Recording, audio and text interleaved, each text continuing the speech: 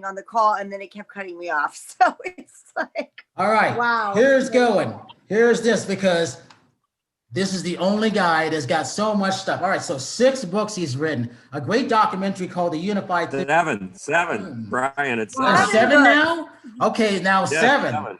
God. All right, so here's a tagline I always like. Always leave people hungry for more. I always believe in that. He doesn't like wearing suits, neither do I.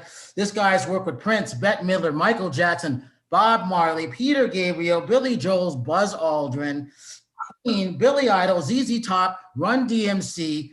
I love it with science, Earth, Wind, and Fire, and Molecular. Wow. I love that one. He's a star maker still. I use him as a reference to everybody that I know in the world daily. There's only one person like this. He's the best publicist in the world still to this day, the one and only Howard Bloom. Thank you, Brian. You're making me glow. And Linda, you got to get this book. This is one of the best in my top 5 books of all time on his story and all the stories. So Howard, I'm gonna let the girls talk to you. Did you also do something with pumping iron? No. Yes. I mean, yes. Okay. What happened with pumping iron was for a brief time, I headed an East Coast music department for a company called ICPR, which was the 11th biggest PR firm in the world. And in the office next to me, there was a little brown woman who was brilliant, a fantastic publicist, but she was of a different school than I am. I like to take an act that nobody likes, but deserves to be liked, and to break them through that perceptual boundary with the press. She liked to be one of the press people and like what they like and dislike what they didn't like. So she was about to show a film in the tiniest screening room I've ever seen here in New York, an 8-person screening room. Normally screening rooms are 20 people, 40 people, even 140 people. This is 8 people. And she was bringing in 8 of the choicest critics in the film world to see a film. She had no confidence. No, she actually loathed this film that she was working on. And she was sure that all the press people would loathe it too. So she took me with her to give her moral support, just a hand to hold on to. So I went to see this film. Now, listen to this. This is a film that had no chance of success whatsoever. It was a bodybuilder, not an actor, a bodybuilder. What's worse, he didn't speak, English was not his native language, and he spoke with a heavy accent. So I watched the film. The other 7 people in the screening room loathed it. And I loved it. There was something astonishingly warm and magnetic about this bodybuilder. And his name was Arnold Schwarzenegger. Come on. That's awesome. And the film was Pumping Iron, the very first film he ever did. And it's a heart grabber because he's so utterly, utterly charming. Wow, that's a great story. Yeah. All right, Linda. So in a sense, Oh, go ahead, Harry, go ahead. No, so in a sense, I had nothing to do with Pumping Iron. I wasn't doing its publicity. I had no formal role with it. But Brian, what I've discovered, and it's taken me a long time to learn this, is every 2 or 3 years, you have a vision. Every 2 or 3 years, something hits you and you know something nobody else knows. Like 15 years ago, I went to see a guy speak in LA who was trying to start a rocket company. And he'd never gotten anything off the ground. And he had no formal credentials as an engineer whatsoever, none, 0. And he got up on stage and he said, when I got out of college, I asked myself, what were going to be the 3 greatest things in my lifetime that would utterly change the nature of humanity? And my answers were the internet, alternative energy, and space. And so I decided first to go into the internet, item number 1, and I helped build a company and then sold it and made roughly $1 billion. And then I skipped over item number 2, alternative energy, and went directly into space. People at NASA were laughing at this guy. And I knew in my gut that he was going to make it to the level of myth. that kids were going to be modeling their behavior after his 110 years from now. I knew it with absolute precision. And his name was Elon Musk. So you have these visions, they're in your gut, they're not necessarily visual. And sometimes you just know something with absolute precision. And that's what happened with the pumping iron. It also happened, I had been kidnapped to be on the staff of Paramount Pictures by Frankie Blondes, the president of the company. I was heading the Public and Artist Relations Department for Gulf and Western's 14 record companies, and Gulf and Western also owned Paramount Pictures. So Frankie Blondes grabbed me and made use of me. And that meant that whenever there was a screening of an upcoming film, they had me at the screening. So I went to see the screening of a movie about a bunch of prison inmates who organize a football team. I And know in the which one it beginning of their is. football team, yes, in the beginning of their football teams cannot throw a ball, cannot catch a ball, cannot run with a ball, cannot do anything. And then they work so hard at it that eventually they take on a legitimate college football team, if I remember the plot correctly. Everybody else in that room, these are all professional Paramount Pictures people. They all loathe this film. I knew this film was going to be a hit. And it was The Longest Yard. That's a great with movie. Burt Reynolds. Oh my gosh, I love that movie. Right. Yeah, so did I. So, but I was the only one in the room who loved it. So you have these things that go off in your gut that say this thing is going to punch through. This thing's going to become a part of the culture. And in the case of Elon Musk, this person is going to be a multi-generational part of the culture. And God knows, I'm an atheist, but God knows where these things come from and how you know these things with such absolute determination. So Linda, you better ask your Michael Jackson question quick because he's got some stories. Howard, I just want to know, first of all, let me just comment on what you're saying about knowing in your gut. There have been so many times that I have watched a movie because all of the critics raved about it. Right. And I watched the movie and I'm like, I just Don't get it. didn't like it. And it turns out that nobody else did either. And so I know I'm not. Right.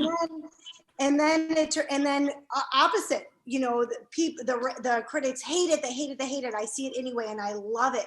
And it's a hit and everybody loves it. So I know what you're saying about knowing in your gut, but there's something about, you seem to have it just a little bit more natural when it comes to things. Women have women's intuition, but I don't know that I can go as deep as to say, I just knew it in my gut that I would know that, people would be famous because they're, working for NASA and so forth. I don't know that I would be able to be that in tune with being, with knowing, but my gosh, that is not something, you say, oh, sometimes you just know. You seem to go above and beyond. You know a little bit more. You have much deeper intuition than the average. So you really shouldn't make it sound like, everybody has this. So Linda, he did say the movie Well, in the Purple Genius Rain of the too. Beast, Wow. yeah, Purple Rain was the same kind of situation. No kidding. And I must have told you that story. But in my book, The Genius of the Beast, A Radical Revision of Capitalism, I talk about saturated intuition. And it means that when I was in the music, look, I'm a science person. I got my start in theoretical physics and microbiology at the age of 10. I had my first scientific credentials when I was 12. I came up with a theory of the beginning, middle, and end of the universe that predicted dark energy when I was working at the world's largest cancer research facility when I was 16. All that from our previous interviews. But I ended up in the rock and roll business, which was precisely where I needed the most to be, because I wanted to find the gods inside of us, what they are and how to feel them, and then how to explain them scientifically. So, damn, where was I going with the story? Oh, yeah, saturated intuition. So I was taught very early in my time in the music industry to sit down every Monday morning, as soon as the trade magazines came in. There were 3 of them in those days for the music industry, and read every single one of them from cover to cover. And then I had this brand new device from Sony. It had these great big silver ear cups, and it had a strap of electronic packaging across the top of your head. And it had these two antennae that stuck 2.5 feet up into the air. So you looked like a creature from Venus. And I listened to the radio and music nonstop. And then I recorded Casey Kasem's American Top 40. And when the Walkman came out, I listened to Casey Kasem's American Top 40 over and over again. So when you know an industry that well, and you eat, sleep, and breathe it, and breathing it is important, you feel its rhythms in you, then you're more likely to be able to have these intuitions, these visions. But look, I was not super saturated in the film industry. I was a part-time visitor to the film industry, thanks to Frank Yablans, the president of Paramount Pictures. And yet I knew there was something special about these two movies. And as Brian said, Purple Rain. But so God knows where this vision, if you can call it that, comes from. I have a question for you. Do you think you have these intuitions about just daily life in general? Because I mean, I think I kind of go with my intuitions every day, but I mean, does this follow you with you in everything you do? Well, give me an example of the everyday intuitions that you have. An Tell me example? a story. Yeah. I don't know. Well, just some days it could be simple things where if I'm going to go to this restaurant, or if I can go to this restaurant, because I don't know. I mean, certain things in your life, even making simple choices on going to a restaurant can change your whole life, sometimes, because you might run into somebody, you might run into somebody you haven't seen in years if you decide to go to this restaurant, or you might find somebody that helps you network if you go in this way. It's just weird how your life path goes, Right. Or I make this decision to buy this car, or I buy this one. Everyday decisions, everything that we do causes a reaction, and a lot of people don't realize that, and it can change. Little things can change your life. So I was just wondering, how you felt about that, or I don't know. Well, there's the thing, again, back to the genius of the beast, a radical revision of capitalism. There's this thing in there called decision panic. Mm-hmm. And you go to the store, you want to buy, let's say, a pair of jeans. They have 14 different kinds of jeans that fit you. Mm-hmm. And you go into the dressing room and you put on the jeans and you go out to see yourself in the mirror. And you see all kinds of flaws in those jeans that embarrass the hell out of you at the moment. But they're flaws so tiny that no one will ever see them. Mm-hmm. But you don't realize that because you can't make up your mind about which of the 14 jeans you should buy. And every single one of them looks like it has flaws. And as soon as you see a flaw, you have this vision of everybody else looking at you and laughing at you. Mm-hmm. Everybody else looking at you and making fun of you. The people who are your friends and who have always accepted you turning their backs on you because suddenly you're gauche. And so we have things to help us through this decision panic. The kings in Mesopotamia, in what's now Iraq, 5,000 years ago, they had astrologers who read the stars. And on the basis of the messages from the stars, helped them make their decisions. Unfortunately, this was a very high-end kind of decision panic helper that only a very few people could experience or could afford. And then came the Delphic Oracle for the Greeks. So if you had a real big problem, you took it to the Delphic Oracle, and the Delphic Oracle helped you make up your mind. The problem was the Delphic Oracle was also hideously expensive, and getting there could be hideously expensive. And it could take you a year to get on the appointment list for the Delphic Oracle. And then the Romans came up with something much more democratic. They came up with dream books. And even though they didn't have printing presses, they had armies of scribes who would copy many, many copies of the book. Now, look, this was still expensive, but it was far more available to, let's say, the middle class than the Delphic Oracle and having your own astronomer. Mm-hmm. And all of a sudden, you had this book that would help you make up your mind. Plus, the book, if it's like today's astrology books, because I haven't read a Roman dream book, but if it's anything like today's astrology books, every morning when you get up and you look at your horoscope, The horoscope tells you like something like you are abnormally brave. You have amazing courage. And yet sometimes you are filled with fear and you falter. Now, what person on earth does that description not describe? It describes everybody, but you feel it's a personal description of you. So you find some validation for your sense of identity in the horoscope. And the horoscope tells you about what sort of decisions you should make about your finances and what sort of decisions you should make about your boyfriends. And so you have that in mind all day long, and it helps you through decision panic. And you can compare it. Remember Dumbo, the movie? Yep. Okay. So Dumbo has these huge wings, and it embarrasses the hell out of him, and none of the other elephants want to play with him. And then the crows come up with an idea. And they think that maybe he could use these enormous ears to fly. But they can't convince Dumbo to give it a try. Dumbo is too self-conscious. Dumbo is too filled with fears about his own possibilities. And finally, one of the crows plucks a feather out of his tail and shows it to Dumbo. Dumbo doesn't know where it came from and says, "This is a magic feather. Anyone who possesses this feather can fly."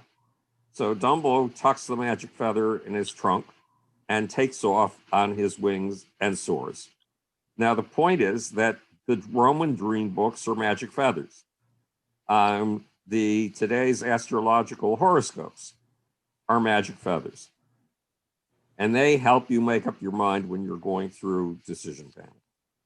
So that's a subject totally off top. No, it's in my books. My books cover, I've been forced over the last couple of weeks. There's a Howard Bloom Institute. I wanted it to come alive when I die. But a bunch of very talented people have gotten together because they wanted to come alive while I'm still alive. Yes, of course. So it's been very exciting. The idea is to propagate my ways of thinking. And I have this little thing called the Grand Unified Theory of Everything in the Universe, including the human soul, which in more recent versions is called the Grand Unified Theory of Everything in the Universe, including sex, violence, and the human soul. So the members of this Howard Bloom Institute team said, "Can you give us a summary of the Grand Unified Theory of Everything in the Universe, including the human soul?" So I have put such a thing together. It's 5 pages long. It's a little bit long at 5 pages. So that's a homework assignment that I've been doing recently. And so when I say the genius of the beast is off topic, actually nothing's off topic, because this little Grand Unified Theory contains everything: movies, music, books, the history of the printing press, everything. The Big Bang, the formation of the first galaxies, the formation of the first stars, back even further, the formation of the first atoms, the formation of the first elementary particles. It's got it all. And it's got it all because it says that one of my major fields is mass behavior, from the mass behavior of quarks to the mass behavior of human beings. And we're better to learn about the mass behavior of human beings and the mass passions that power human beings and the individual passions that power human beings than in the dark underbelly where new myths and movements are made, the power pits of rock and roll. And Linda, with that, you better ask your question.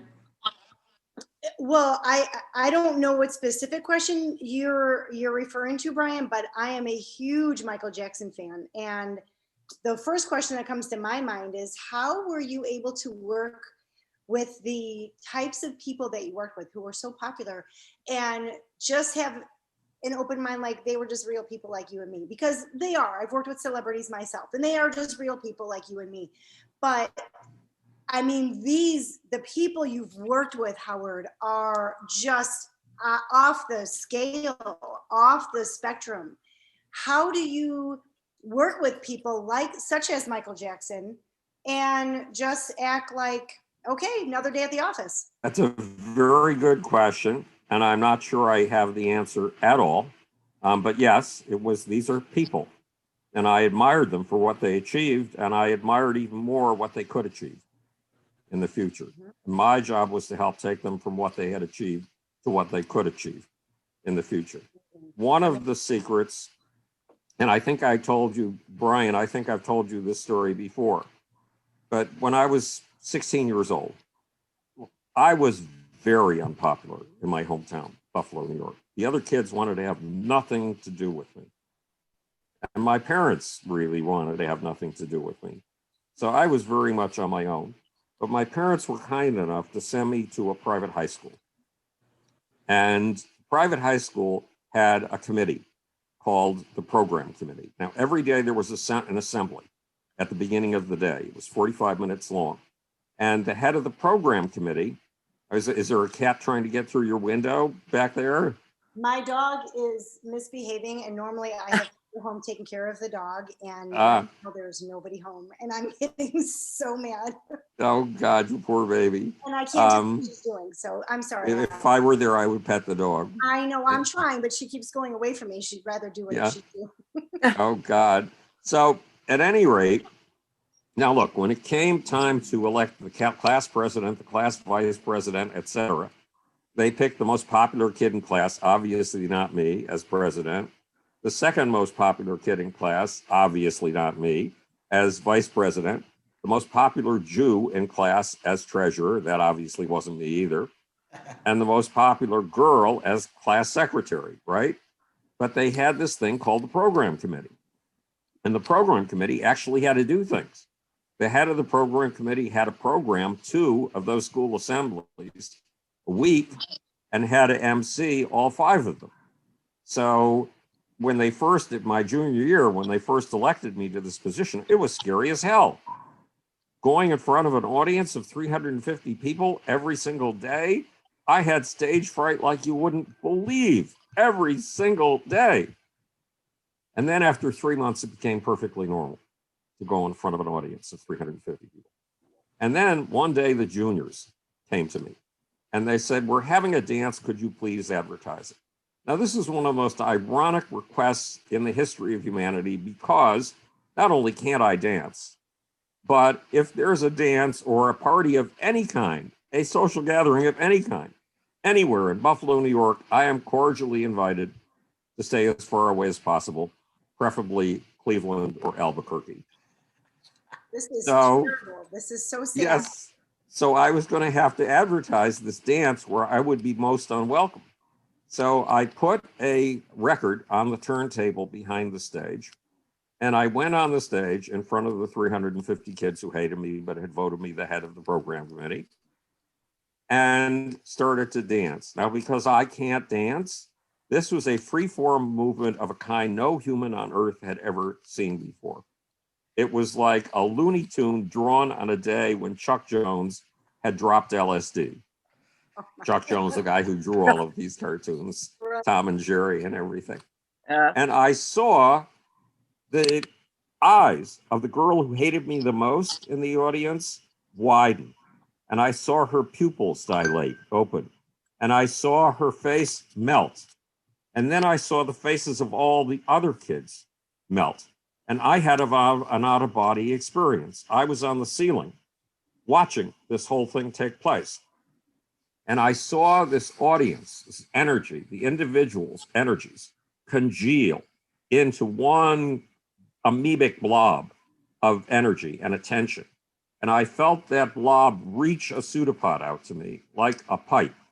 And I felt the energy of that audience go through the empty pipe of me and go up around my head somewhere and be utterly transmogrified and flow back down to the audience again.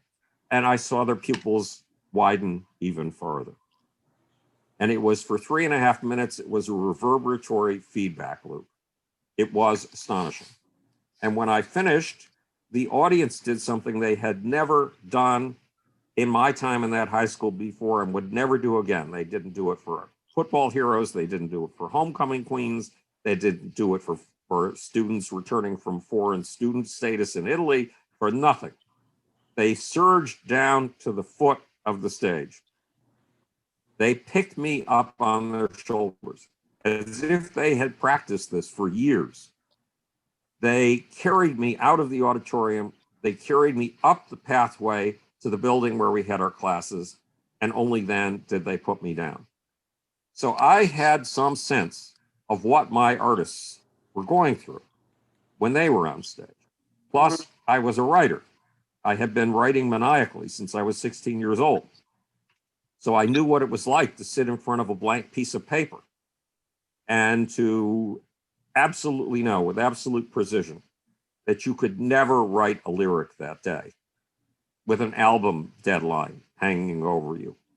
And by 4 o'clock in the afternoon, discovering there was a lyric in front of you and wondering where the hell that had come from. I knew that experience.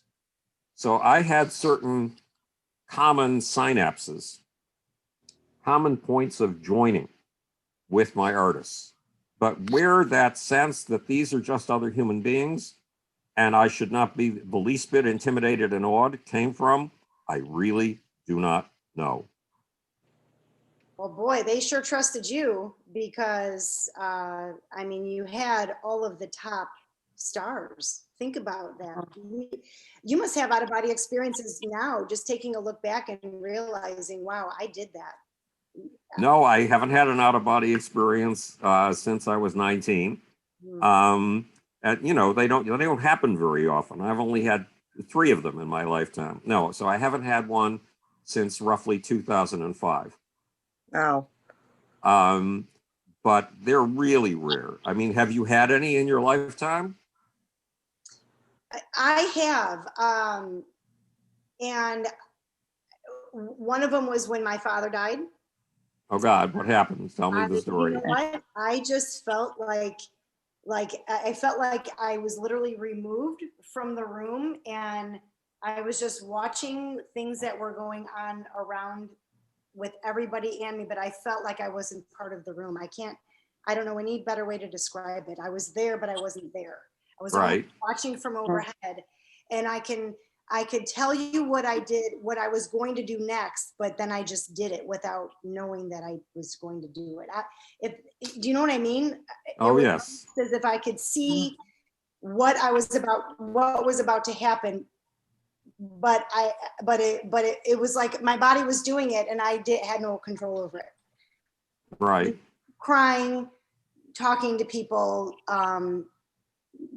falling to my knees, the whole bit. I mean, it was just one of those things. it's kind of That's the only hard to explain. Did you say, Linda? Like, very.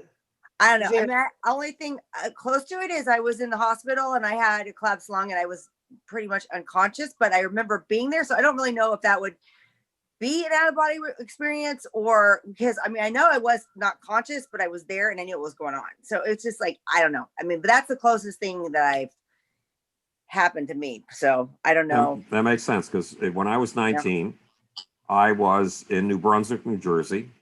I was doing research for the head of the graduate education department at Rutgers University, and I was writing for the head of the Middlesex County Mental Health Clinic. I hadn't even finished my freshman year of college yet, and here I was doing research at the Graduate School of Education. And one day I woke up and I was in a pain so extreme that it's almost impossible to describe. Mhm. And I had an out-of-body experience, and I watched from the ceiling as it felt as if God had a hypodermic needle, a long needle, and was stabbing at my body. And I saw my body on the floor, kicking and writhing and trying to get away from this pain, which is ridiculous because the pain wasn't being stabbed through the ceiling.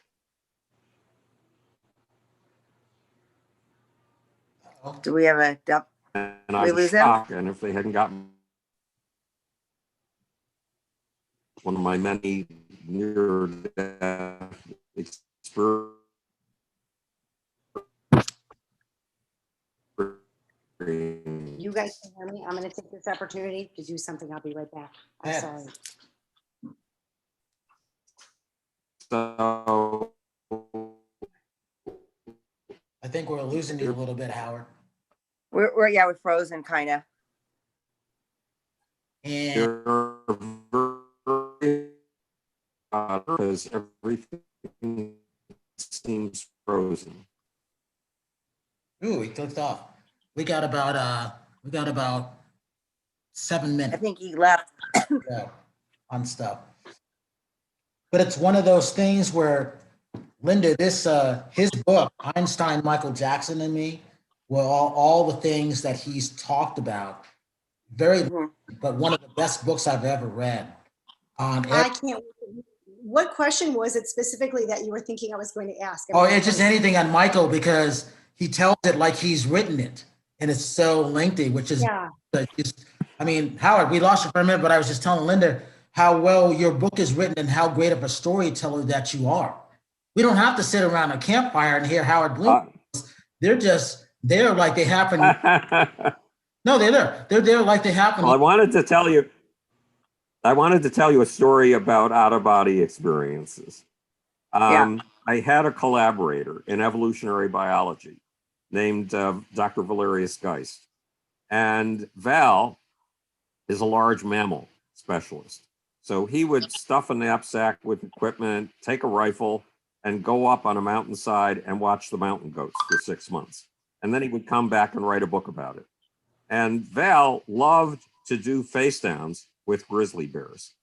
A grizzly bear would threaten him, and he would use the body language of magnificence to out magnificent the bear, and the bear would walk away.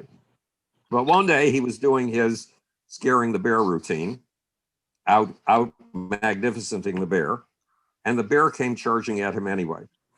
So he took off like a shot to save his life, and he had an out-of-body experience.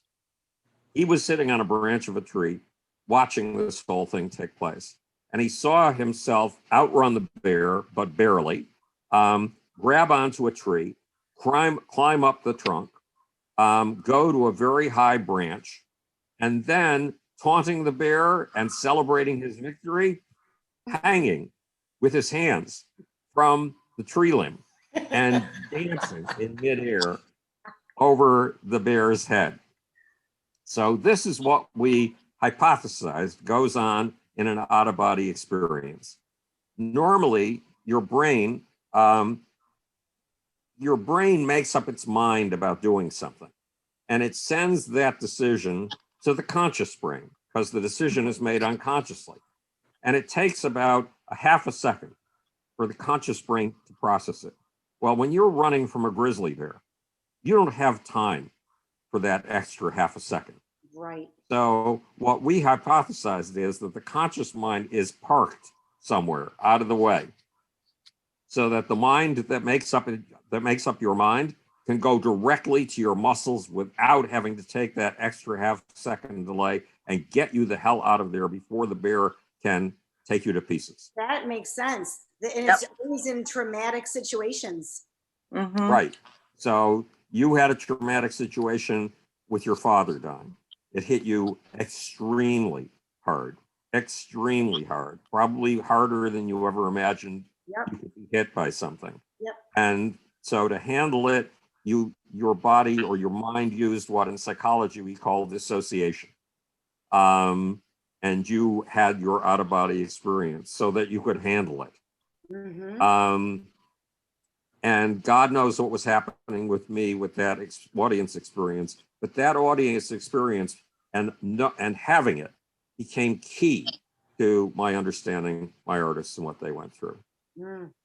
Hey, Howard, we got about 2 minutes. Talk about where you can get your book, how well it's done, because your book did very, very well. Your movie's doing well. It's actually won a couple awards at a couple of film festivals, because Linda, I'm sure, wants to get your book. I And absolutely. this one, Einstein, Michael Jackson and Me, has been named the best book of 2020 by the New York Weekly Times and the LA Weekly Times. And the book, Einstein, Michael Jackson and Me, A Search for Soul and the Power Pits of Rock and Roll, is available at Amazon, Barnes and Noble, more than bookstores, because bookstores have been having a hard time with the COVID crisis. So Amazon's the real place to go. Perfect. Thank you for that. I cannot wait to get a copy. This is good. I can't wait to hear what you think about it. I will give you my full review. Yeah, because it's about finding the gods inside of Oh, yourself. wow.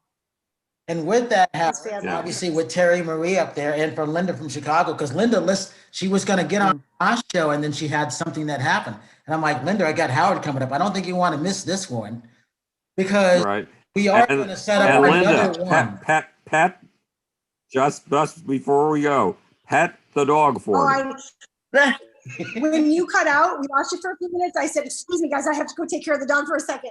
And I ran over and I came back just in time. You didn't even know I was gone. Right. Okay, so we'll see you next time. Yeah. Howard, I wanted- Yes, it was great to meet you. Oh, go ahead, Linda. And Brian, it's always a pleasure. It's always a pleasure to be with you. Hey, Howard, I'm going to continue talking about your book and your movie. And the next time that we all get together, we'll let Linda lead this one because I'm sure she'll have more questions on a bunch of artists that she really likes because you're so Okay. thing is just Yes, and- unbelievable. I'll have read Terrific. the book too. Terrific. Okay, so I'll see you again soon. Yes. Thank you, Thank you. Howard. Thank you, Thank Howard. Okay, have a good night. Thank you, Howard.